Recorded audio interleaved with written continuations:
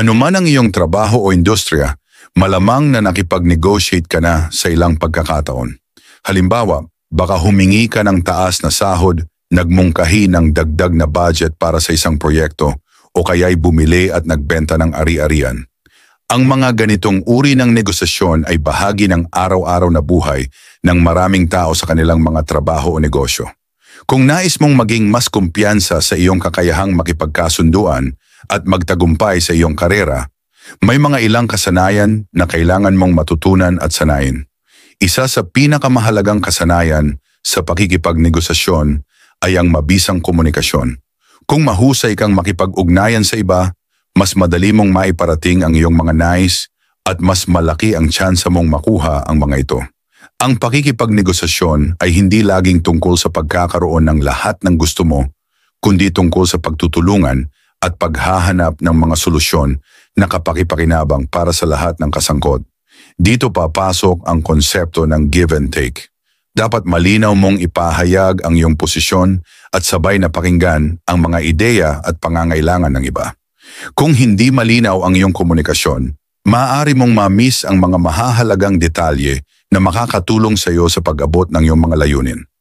Ang mga maliliit na detalye ay maaaring magdala ng malaking pagkakaiba sa iyong pakikipag-ayos, kaya't mahalaga na maging maingat sa mga sinabi at naririnig mo. Isa pang mahalagang aspeto ng pakikipagnegosasyon ay ang pagkakaroon ng mataas na emosyonal na intelihensya o EI. Ang EI ay tumutukoy sa kakayahan mong intindihin at kontrolin ang iyong mga emosyon, pati na rin ang emosyon ng ibang tao.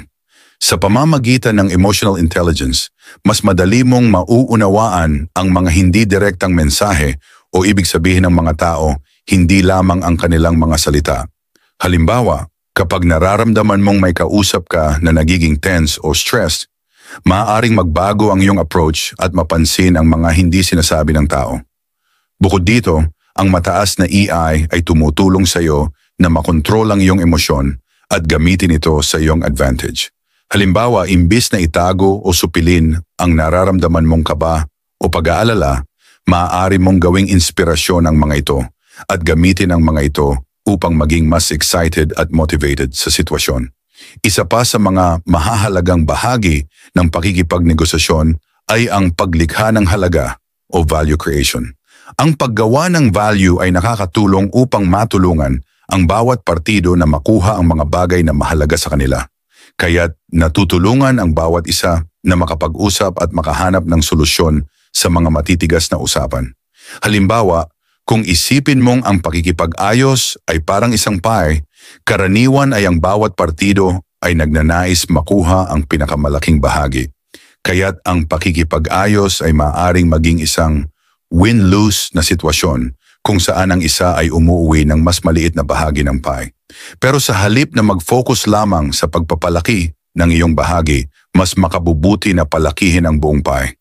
Sa ganitong paraan, magiging mas malaking halaga ang mapapala ng lahat at magkakaroon ng isang win-win na sitwasyon. Kung matagumpay mong maipapakita na mayroong sapat na halaga na magagamit para sa lahat ng partido, magkakaroon ka ng mas magandang pagkakataon na makipag-ayos at magtulungan sa mga susunod na pagkakataon. Sa bawat pakikipagnegosasyon, mahalaga ring magtayo ng tiwala. Ang pagtitiwala ay hindi lamang nakakatulong upang makamtan ang magandang deal ngayon, kundi nagsisilbing pundasyon para sa mga negosasyon sa hinaharap. Ang mga kasunduan na batay sa tiwala ay mas malamang magtagumpay at magpatuloy. Kaya't ang layunin mo sa pakikipag-ayos ay hindi lang makuha ang iyong gusto ngayon, kundi makapagtatag ng matibay na relasyon para sa mga susunod pang pagkakataon.